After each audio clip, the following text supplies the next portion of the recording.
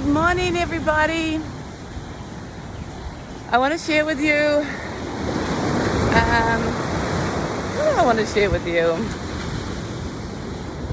When like-minded people come together, it's such a relief.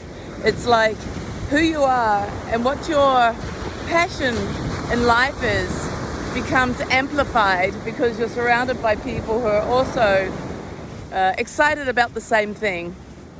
When you're excited about meditation all alone, it might be hard to talk to people about it if they have absolutely no interest in meditation and really no desire to hear why you do it and why it's good for you and them.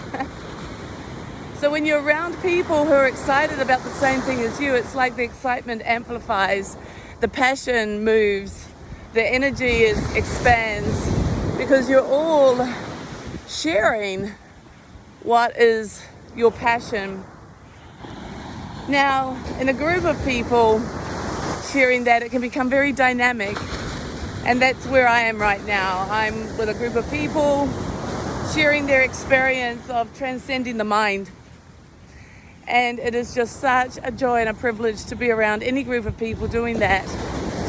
Because I don't know if you realize this, but it's your thoughts, your thinking patterns, your ideas, which actually limit you. And so to actually start to transcend that, to see it objectively, is such a freedom. It's also an astonishment sometimes when you realize some things that you have just taken absolutely for granted in reality are not real, and that something else is real that replaces it. I mean, that's shocking. It's also a delight when you can realize that, I don't know, old patterns no longer, that you thought were impossible to drop. You know they're not good for you, but you thought were impossible to drop, and then suddenly you drop them. And that could be smoking, it could be worrying, it could be jealousy.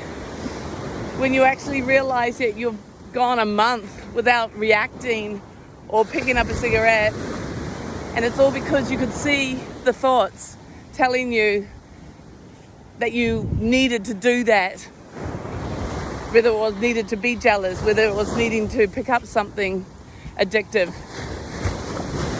And so how freeing it is actually to see everything differently, and to be around people sharing that with excitement and wonder is incredible, because you realize we're doing it all together, that you have support.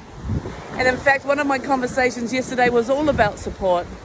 Somebody realizing they needed to change something, an old pattern. At first they thought it was impossible, and so they were kind of terrified to actually look at it and to see how they would be trying to move beyond it, you know. And then they got the support from others, and a month later the patterns dissolved.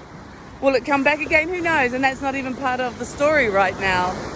The story is, in this moment, the support, the guidance, the joy of being better, of letting go of stuff we know doesn't serve us.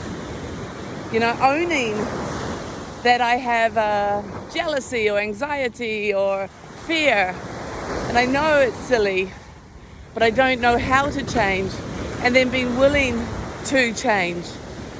Those are the true heroes, you know.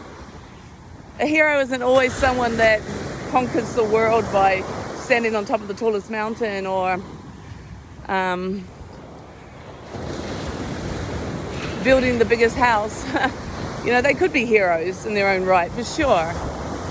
But the heroes that I see are the ones that humbly look at themselves and find a way, the motivation within themselves, the courage within themselves to do something about it and change. And that courage comes from within. We don't always believe we have it. We sometimes really think we don't have it, have the ability to change something, change ourselves. And then with just a little bit of one step at a time, a little bit of love, a little bit of courage, a little bit of determination, a little bit of awareness to see the pattern that was holding us back. One step at a time, we do it.